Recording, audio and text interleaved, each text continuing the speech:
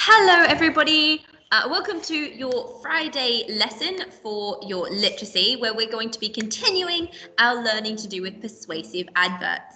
And today we're covering a brand new topic which you've actually not covered before, so I'm quite excited for it. So let's get straight into it with a warm-up. Let me share my screen so that you can see what I am seeing. So our warm-up this morning is going to be figuring out whether the words on the screen are a verb or an adverb. Now, a verb should be an action, doing something, and an adverb should be an adjusted verb, usually ending in ly, but not all of them do. You need to figure out whether the word is an action, because then it's a verb, or if it's not, perhaps it's an adverb. So let's think, for example, the word push. The word push, well, I can picture it happening. Push, oh, that's an action, so that would be a verb. Let's go to the next word though, very. Now, can you picture a very? Is it an action that you can do? I can be very hot, but it's not really an action, is it? It's not something I'm doing, but the action of being hot is. So very would actually be an adverb.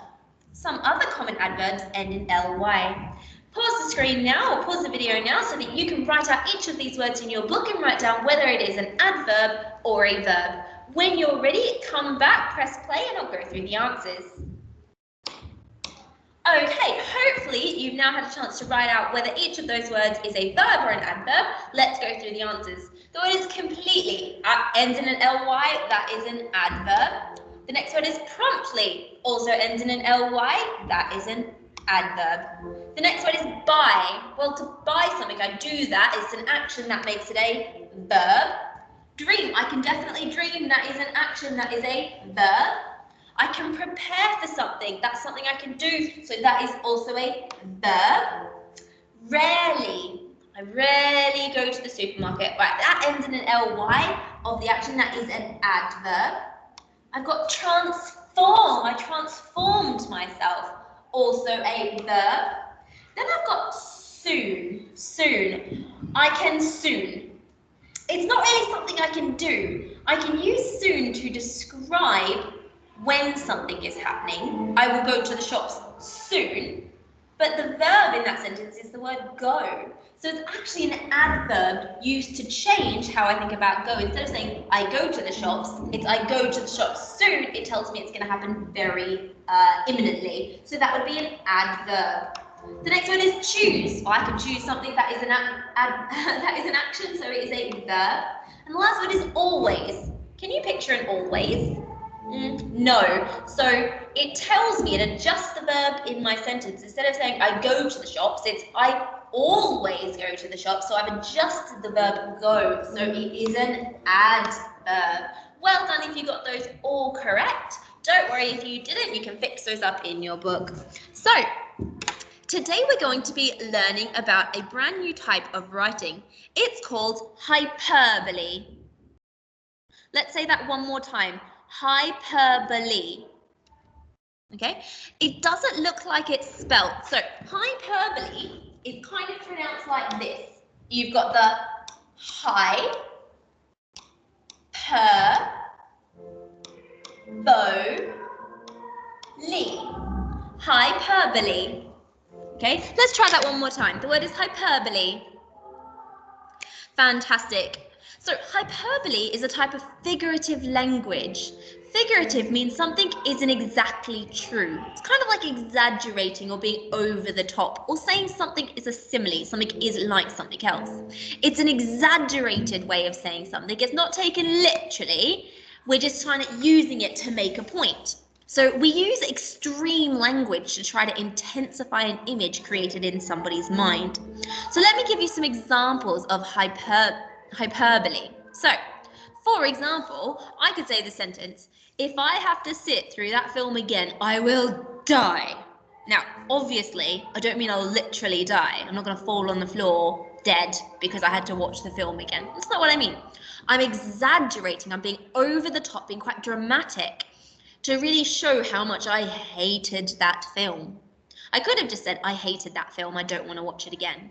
But it's much more dramatic and it really gets that image in your mind of how much I hate it if I say, If I have to sit through that film again, I will die.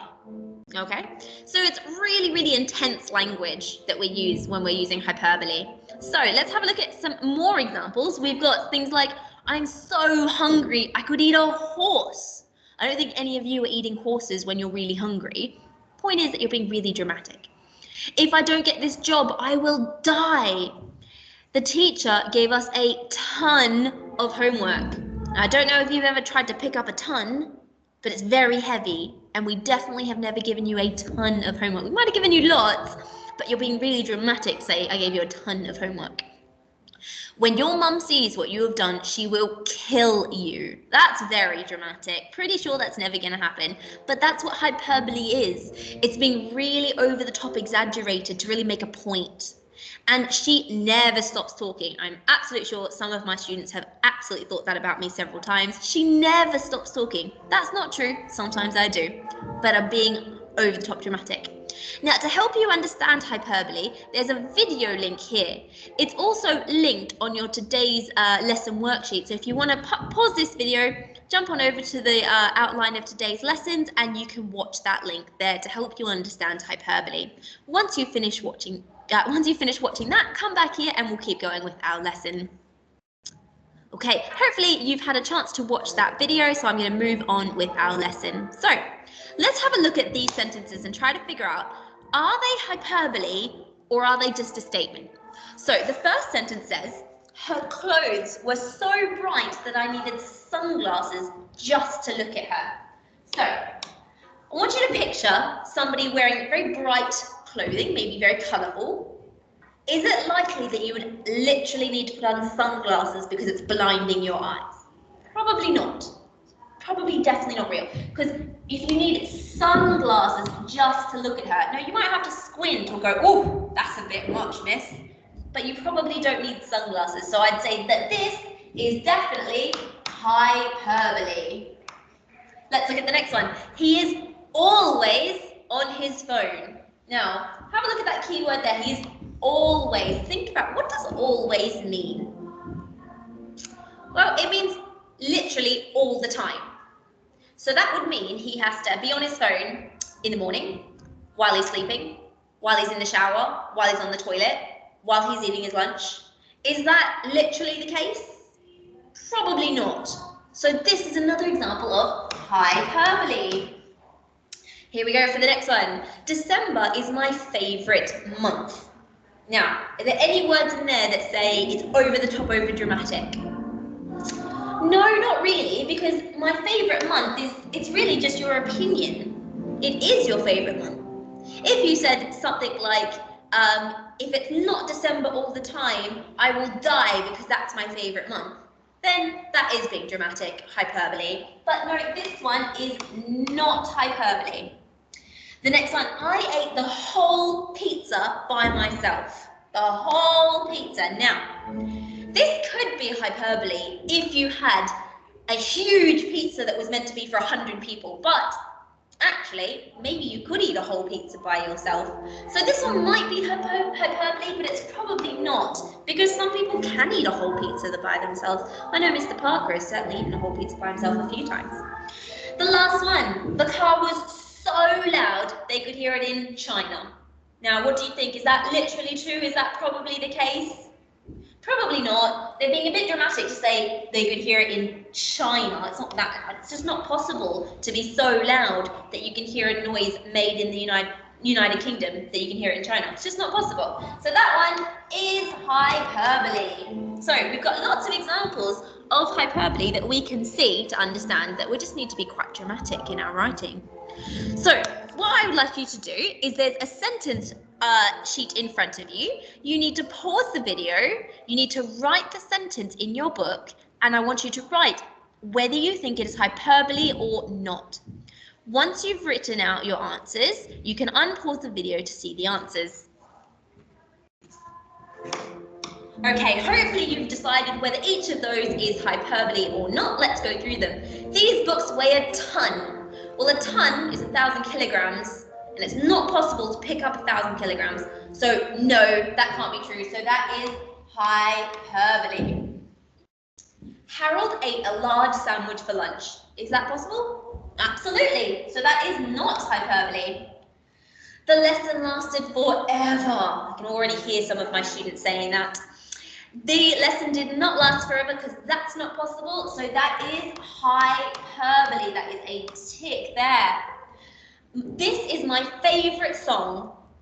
That could be your favorite song. It's possible. It is not hyperbole. The next one is, we nearly died laughing at Jamie's joke. Now, Jamie is very funny, but I don't think anybody's ever laughed so hard that they nearly died.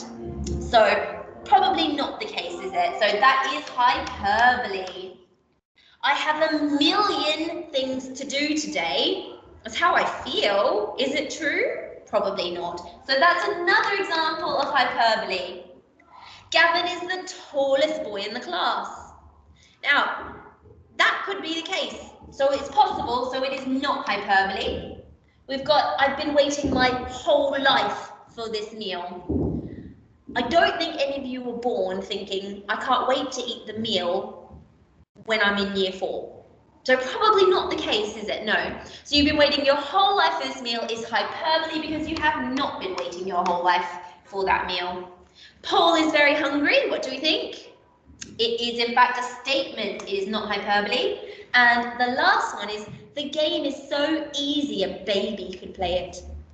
Can a baby play any games? Games that you could play? No. So that is hyperbole because you're being over the top and dramatic and a little bit ridiculous almost, isn't it? Okay, well done if you got those right, correcting it in your book if you did not get them right. So we're going to edit these sentences now to make them hyperbole, okay? So I take a simple sentence such as I'm tired and I want to compare it to something really, really dramatic, to be like really over the top, almost a bit silly, okay? So I'm so tired. So I've got the words I'm tired, so I'm going to change it and I'm going to include I'm so tired. Whoops. And I want to think about something that could imaginarily, it wouldn't really happen, okay, but it's possible. I'm so tired, I will die if I don't get to bed. So it's very unlikely that you're going to die because you're tired, okay? So that's an example of hyperbole where I've just compared it or exaggerated it to the point that it's impossible. So I'm going to go on to the next one. That man is mean. So again, I want to think about something that is utterly ridiculous that could happen. Like, I've pushed it so far that it's just not even possible anymore. Now, I don't want to always jump to I will die, because that's just a bit, like, it gets a bit boring to keep hearing, oh, I'm going to die, oh, I'm going to die, oh, I'm going to die, because everything's going on. But I want to think of something that's impossible. This man is so mean that he made every baby in the world cry. That's just not possible, is it? But it really exaggerates. Now I understand he's really, really mean. So even if I don't believe you about every baby crying, I at least now understand that he's very, very mean. Okay, let's have a think. So I am angry. How could I change I am angry to make it something that's over the top and ridiculous? So think about maybe, how do you feel when you're angry? Thinking about, like, if you're so frustrated, think about your body temperature. Do you feel really warm? What could you compare it to show that you're really angry? I am so angry that, and just think about what happens. Let me change this to red so we can see it. That I burst into flames, because you're so angry and hot that you just burst into flames. Fantastic. And last but not least, I want you to have a think. Try and see if you can come up with something before I do. He threw the ball hard. So just think about something impossible that would happen if he threw the ball so hard it flew to the moon. He threw the ball so hard that it was faster than the speed of light. Impossible, but a great example of hyperbole because it's over the top.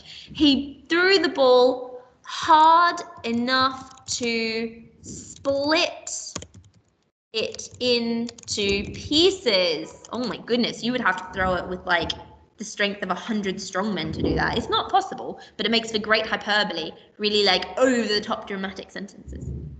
Okay, so our last activity for today is I've got some sentences on my screen for you, and what I would like you to do is pause the screen and rewrite each of those sentences, including hyperbole, like go all over the top. Okay, so you're going to pause it, rewrite the sentence in your book to make it dramatic, over the top, compare it to something that's impossible to happen. Once you've written your sentences, come back to the video and press play so you can find out what you need to do after this. Okay? All right, hopefully you've had a chance to go over your to rewrite out your sentences, including hyperbole. What we're going to do as just a finishing activity is we're going to have a read of this sentence, and I want you to try and write down any of the hyperbolic sentences that you can see. Hyperbolic statements. I'm really struggling with that word. I apologize. Any hyperbolic statements that you can see. So, the mighty monster truck is like no other truck that has ever been seen before. It has an all-new, exceptional and electrifying design. This toy will be superb, sensational addition to your toy collection. It's got mind-bogglingly huge wheels so that it will be able to go everywhere you go. An everlasting body kit made out of a robust rubber means it can't be broken. Incredibly interesting and entertaining, your monster truck will keep you entertained for hours and hours and will make you the most popular kid in town. Let the marvelous, mighty monster truck join your toy box today, and you'll have the privilege of owning the most amazingly mind-blowing monster truck there ever will be. All right, so writing down any of your sentences that you spot of hyperbole that you can write into your book. I'm just going to finish and ask, could you please take a photo of your work today and upload it onto Seesaw so that we can see it and give you feedback? I'm really excited to see what your creative brains come up with when you're comparing those sentences or exaggerating those sentences to include hyperbole. Well done, another great lesson today. It's been lovely teaching you again. I look forward to seeing you on Monday for your next lesson, where we're going to be doing our shared writing a paragraph together about a new product, and you're going to be persuading the reader to buy that product. I hope you have a lovely weekend, and I will see you later. Bye.